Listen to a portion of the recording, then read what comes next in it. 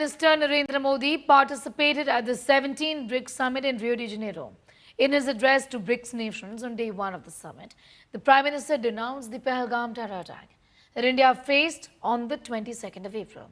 He said the attack was a blow to entire humanity, asserting that silent support of terrorism is not acceptable.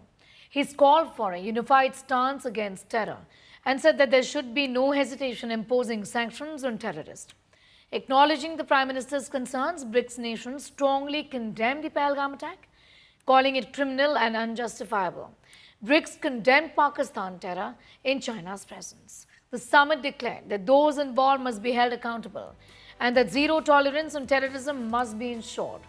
Prime Minister Modi also continued his Global South outreach and said that two-thirds of humanity has not been adequately represented in global institutions. He added that the Global South has not been given a place at the decision-making table, and this is not just a question about representation, but also a question about credibility and effectiveness.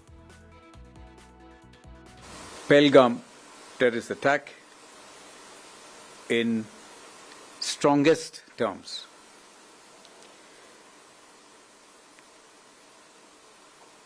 He underlined that the attack, the Pahalgam attack, terror attack, is an onslaught on the entire humanity. He also noted that those funding, promoting and providing safe havens to terrorists must be dealt with in the harshest terms. In the session on strengthening multilateralism, economic, financial affairs and artificial intelligence, Honorable Prime Minister expressed that diversity and multipolarity were valued strengths of the BRICS. He added that BRICS could play an important role in shaping a multipolar world.